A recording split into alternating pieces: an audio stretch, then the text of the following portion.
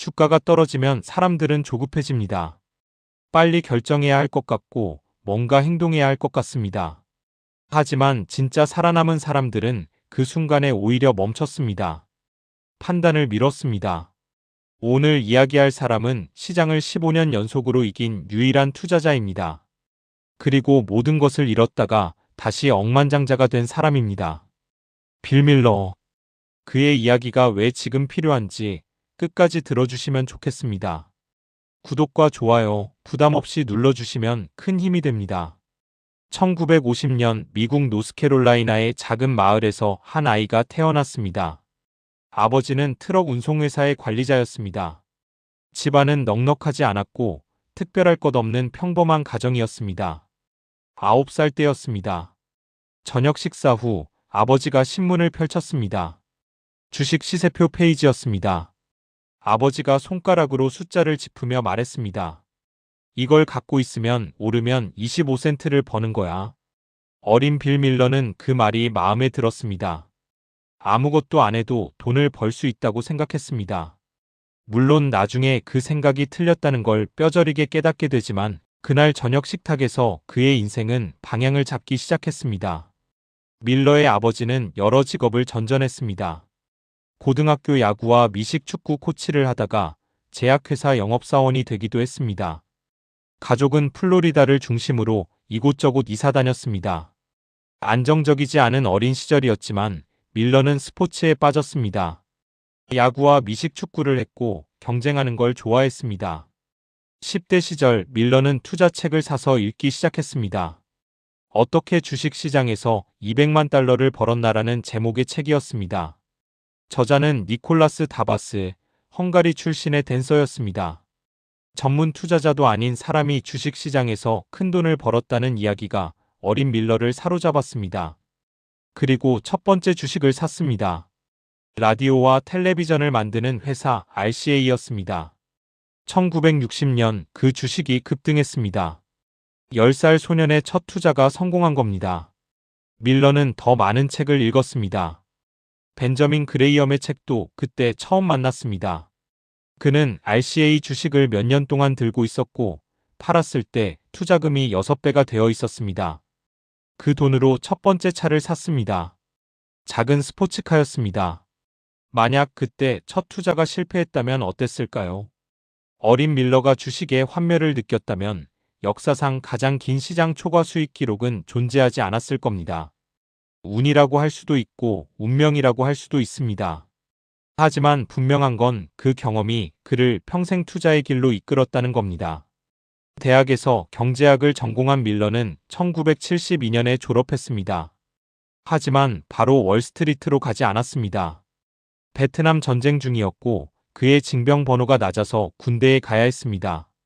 그는 육군 정보장교로 해외에서 복무했습니다. 군대에서 그는 철학책을 읽었습니다.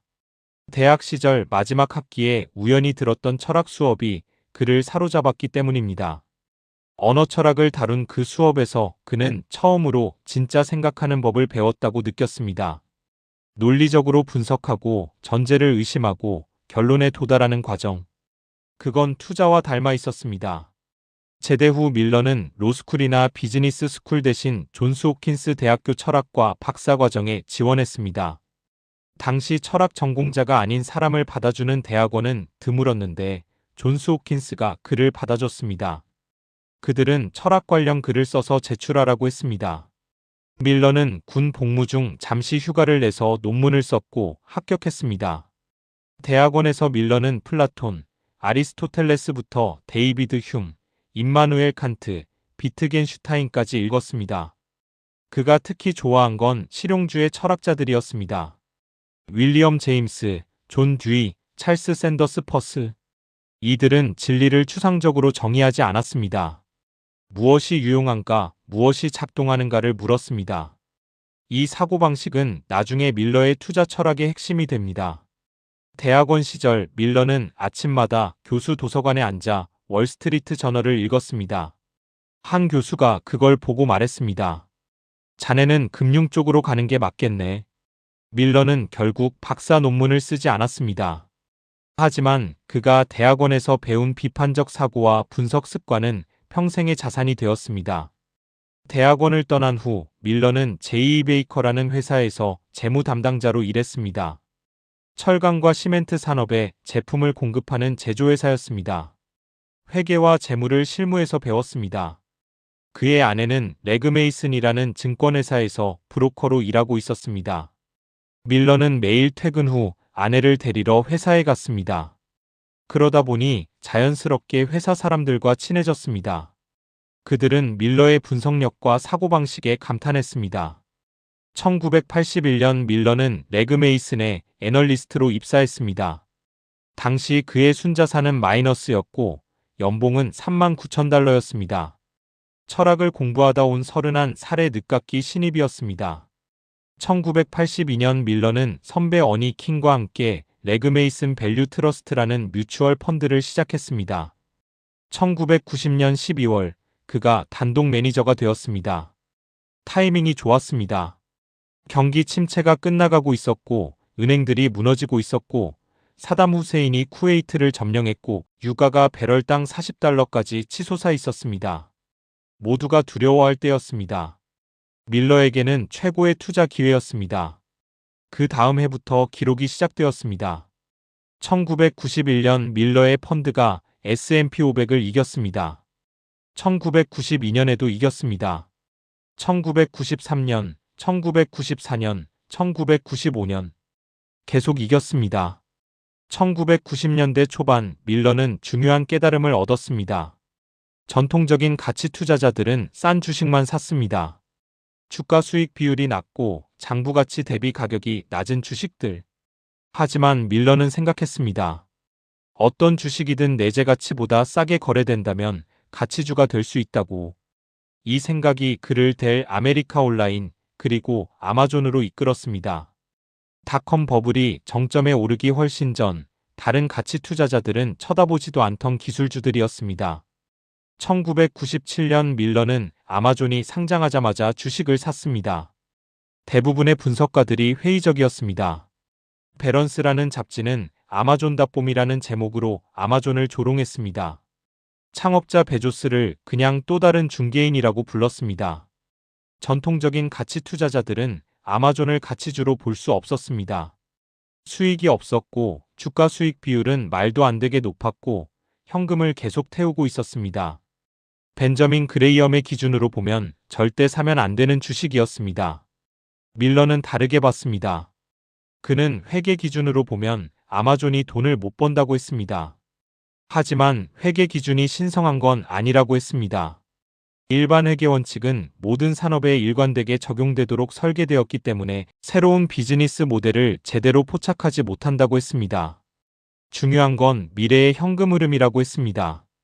아마존이 만들어내는 고객 충성도와 규모의 경제를 봐야 한다고 했습니다. 1999년 밀러는 밸런스와의 인터뷰에서 아마존에 대한 확신을 공개적으로 밝혔습니다. 그리고 닷컴 버블이 터졌습니다. 2001년 아마존 주가는 정점 $107에서 $5 50센트까지 떨어졌습니다. 95% 하락이었습니다. 밀러도 손실을 봤습니다. 그는 인정했습니다. 산 타이밍은 분명히 틀렸다고.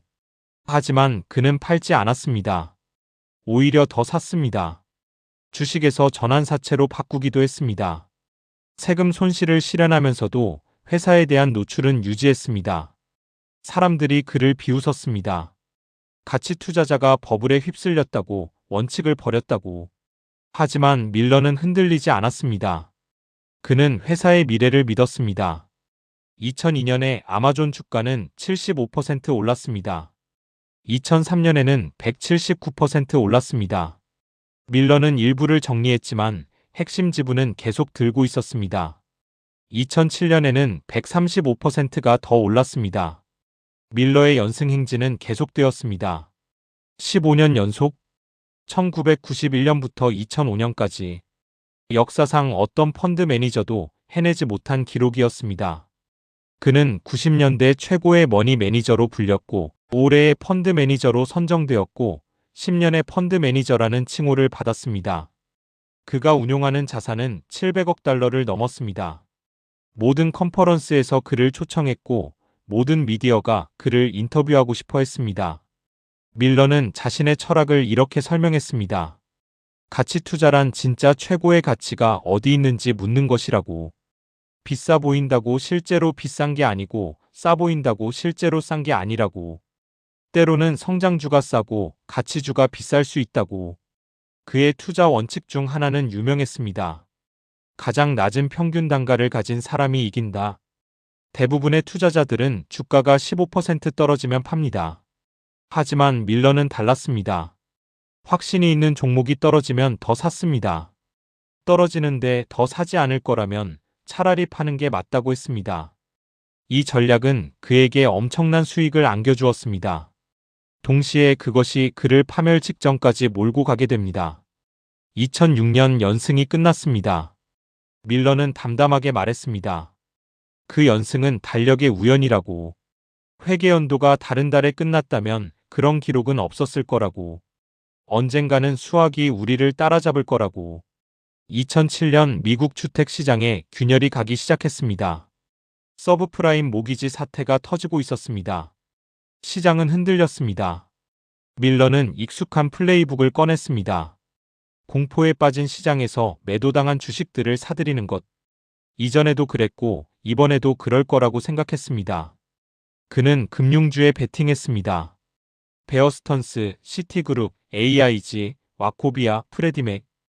연준이 곧 이 기관들을 구제할 거라고 믿었습니다. 금융 시스템의 핵심을 무너뜨리지는 않을 거라고. 그는 틀렸습니다.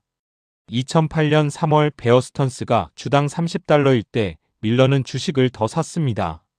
며칠 후 베어스턴스는 무너졌습니다.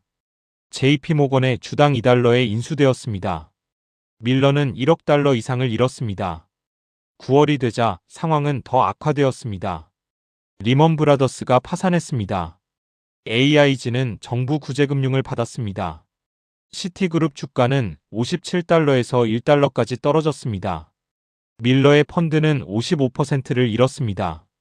S&P 500이 38% 떨어질 때 그의 펀드는 그보다 20%포인트 더 떨어진 겁니다. 투자자들은 떠났습니다.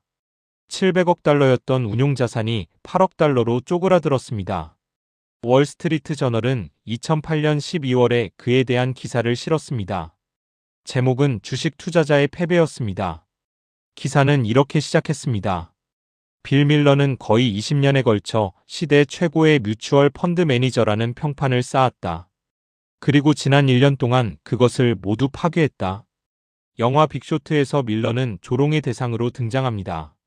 투자 컨퍼런스 무대에서 베어스턴스를 변호하다가 주가가 폭락하고 다른 투자자들이 블랙베리를 들고 문 밖으로 뛰쳐나가는 장면.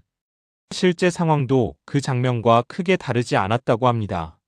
설상가상으로 밀러는 이혼 중이었습니다. 재산 분할로 그의 순자산은 더 줄어들었습니다. 몇 달 만에 그는 재산의 90%를 잃었습니다. 밀러는 18kg이 쪘습니다. 몇 시간밖에 잠을 잘 수 없었습니다. 직원들을 해고해야 했습니다. 그는 나중에 말했습니다. 직원들을 내보내는 게 가장 힘들었다고. 고객들의 돈을 잃고 내 실수 때문에 사람들이 일자리를 잃는 것. 그게 최악이었다고. 월스트리트 저널 기자는 그에게 물었습니다. 언제 손절하실 건가요? 밀러는 대답했습니다. 주가가 너무 떨어져서 호가를 받을 수 없을 때.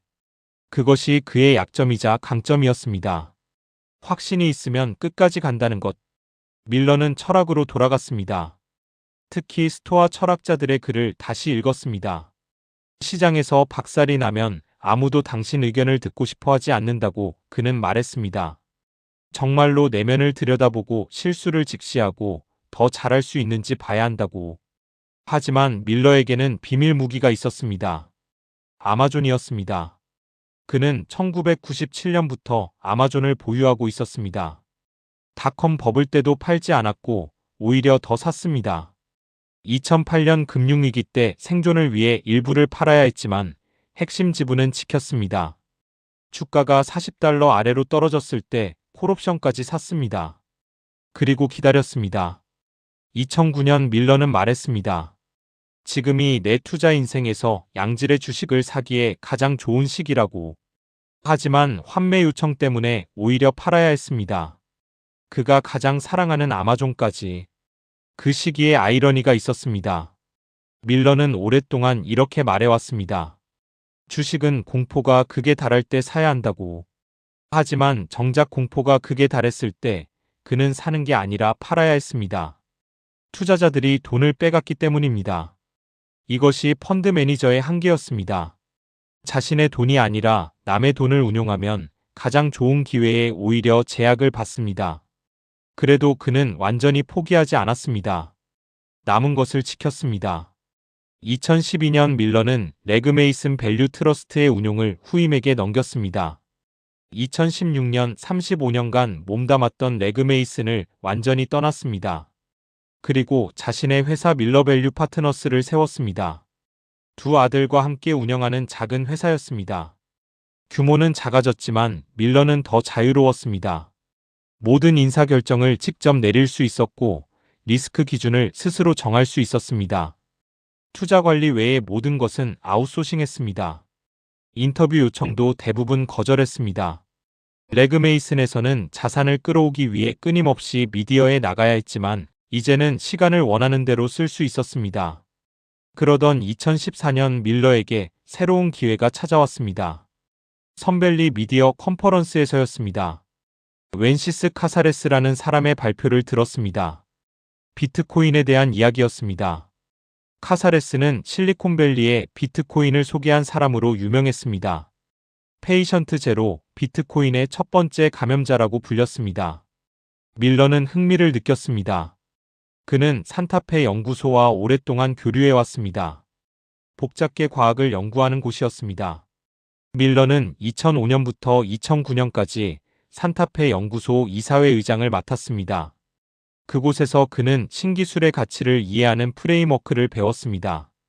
네트워크 효과, 비선형적 성장, 티핑 포인트.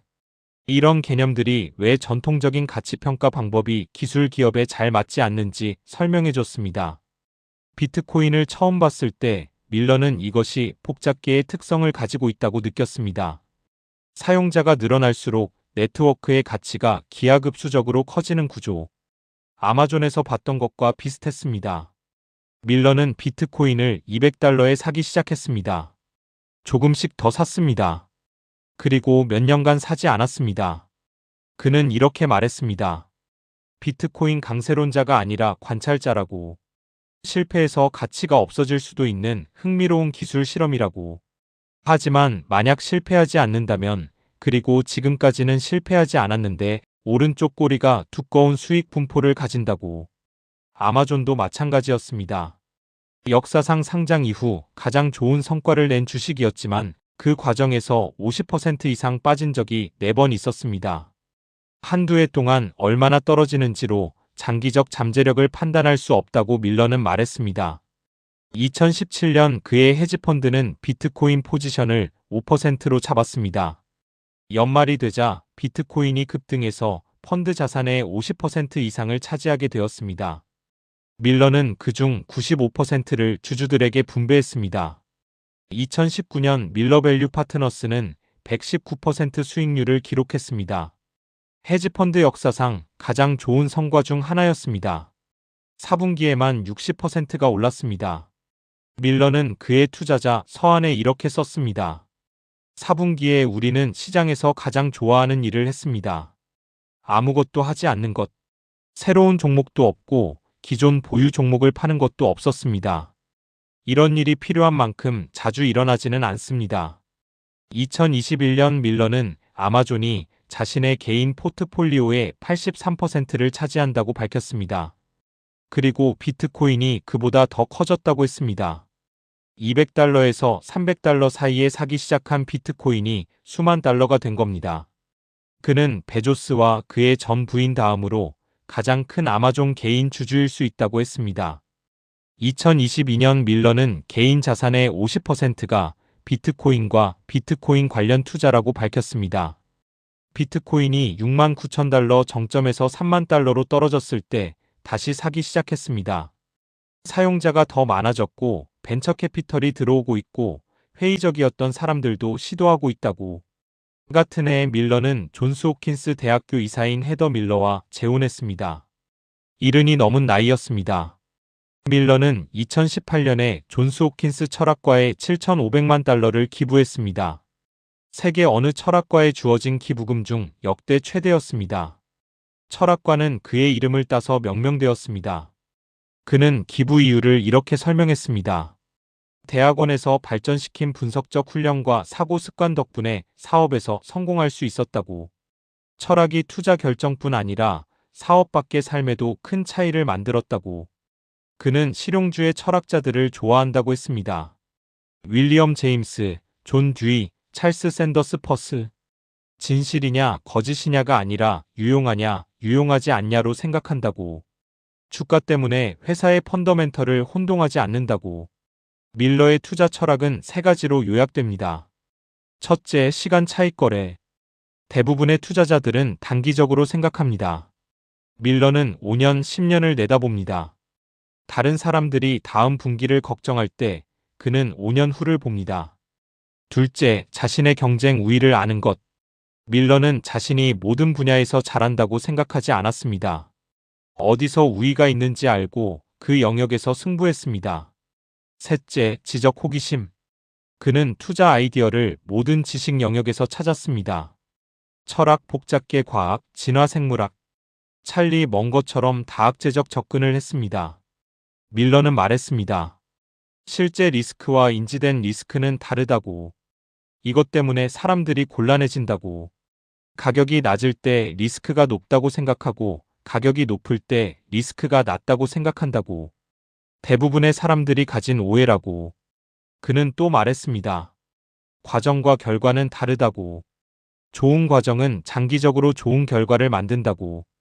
단기적으로 일어나는 일에 괴로워할 필요가 없다고.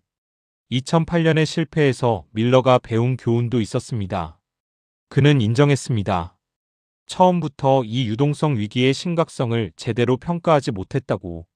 고도로 레버리지된 비즈니스 모델에서 물타기를 하면 안 된다는 것. 실수가 드러나기 전에 물타기를 하게 되고 고레버리지 기업에 대한 피해는 돌이킬 수 없기 때문입니다. 과거 위기에서의 성공이 가장 치명적인 근육 기억을 만들었다고. 하지만 핵심 원칙은 바뀌지 않았습니다. 내재 가치보다 싸게 사는 것. 시장이 오랫동안 걱정하는 데 시간을 쓰는 반면 좋은 장기 투자 결정을 내리는데 시간을 쓰는 것. 그리고 기다리는 것. 밀러는 여전히 투자를 하고 있습니다. 그의 회사 밀러밸류 파트너스는 아들 빌 밀러 4세가 이끌고 있습니다. 밀러 오퍼튜니티 트러스트는 오랜 공동 매니저였던 사만다 맥레모어가 운용합니다. 밀러는 이제 70대 중반입니다. 플로리다에 살고 있습니다. 불독 덩컨을 키우고 볼티모어 레이븐스와 오리올스를 응원하고 책을 모읍니다. 밥 딜런의 바람만이 아는 대답 원본 가사지를 100만 달러 이상 주고 샀습니다. 그는 더 작은 규모로 자기 방식대로 여전히 투자하고 있습니다. 밀러의 이야기가 우리에게 말해주는 건 뭘까요? 하락장이 오면 뉴스가 쏟아집니다. 전문가들이 나와서 의견을 말합니다. 어떤 사람은 더 떨어질 거라고 하고 어떤 사람은 바닥이라고 합니다. 유튜브와 소셜미디어에는 공포가 퍼집니다. 그런 순간에 대부분의 사람들은 무언가를 합니다. 팔거나 다른 것을 사거나 어쨌든 행동합니다. 가만히 있으면 뭔가 잘못하고 있는 것 같기 때문입니다. 하지만 밀러는 달랐습니다. 그는 판단을 미뤘습니다. 오늘 당장 결정하지 않아도 된다는 걸 알았습니다. 아마존이 95% 떨어졌을 때 그는 팔지 않았습니다. 더 사거나 기다렸습니다. 2008년에 그가 실패한 건 기다리지 못해서가 아니라 잘못된 것에 확신을 가졌기 때문이었습니다. 베어 스턴스와 시티그룹이 아마존과 같은 종류의 기업이 아니었다는 걸 그는 놓쳤습니다. 고도로 레버리지된 금융기관은 환경이 바뀌면 순식간에 무너질 수 있습니다. 아마존은 현금을 태우면서 성장하고 있었지만 금융기관은 신뢰를 잃으면 하룻밤에 사라질 수 있었습니다. 같은 물타기 전략이 모든 상황에 통하는 건 아니었습니다. 하지만 그 실패에서도 그는 배웠습니다. 진짜 문제는 기다림이 아닙니다. 무엇을 기다릴지 아는 것입니다. 밀러는 평생 이 질문을 붙들고 살았습니다. 이 회사의 미래 현금 흐름은 얼마인가? 시장이 기대하는 것과 실제로 일어날 일 사이의 갭은 얼마인가? 내가 틀렸다면 어떻게 알 수 있는가? 그는 답을 찾기 위해 철학을 공부했고, 복잡게 과학을 배웠고, 끊임없이 읽고 생각했습니다. 그리고 답을 찾았다고 생각하면 확신을 가지고 행동했습니다. 떨어지면 더 샀습니다. 때로는 맞았고, 때로는 틀렸습니다. 하지만 맞았을 때의 수익이 틀렸을 때의 손실을 메우고도 남았습니다. 밀러는 말했습니다. 빈도와 크기를 구분해야 한다고. 얼마나 자주 맞느냐가 아니라 맞을 때 얼마나 버느냐가 중요하다고. 하락장에서 살아남는 사람은 매일 결정을 내리는 사람이 아닙니다. 결정을 내려야 할 때와 기다려야 할 때를 구분하는 사람입니다. 그리고 기다릴 때 무엇을 기다리는지 아는 사람입니다. 밀러는 9살에 아버지 어깨 너머로 주식 시세표를 봤습니다. 10살에 첫 주식을 사서 6배를 벌었습니다. 31살에 순자산 마이너스로 월스트리트에 입문했습니다. 56살에 모든 것을 잃었습니다. 70살에 다시 억만장자가 되었습니다. 그의 인생 전체가 하나의 교훈입니다. 떨어질 때 바로 팔지 마세요. 떨어질 때 바로 사지도 마세요. 먼저 물어보세요. 이 회사가 5년 후에 어디 있을까? 내가 틀렸다면 어떻게 알 수 있을까? 그 질문에 답할 수 있을 때까지 기다리세요. 답을 찾으면 확신을 가지고 행동하세요. 그리고 또 기다리세요. 시장은 인내하는 사람의 편입니다. 밀러가 그걸 증명했습니다. 오늘 영상이 도움이 되셨다면 구독과 좋아요 부탁드립니다. 다음 영상에서 또 뵙겠습니다. 빌 밀러. 시장을 15년 연속 이기고 모든 것을 잃고 다시 일어선 사람. 그가 평생 붙들었던 질문을 오늘 하루 한번 떠올려 보시면 좋겠습니다.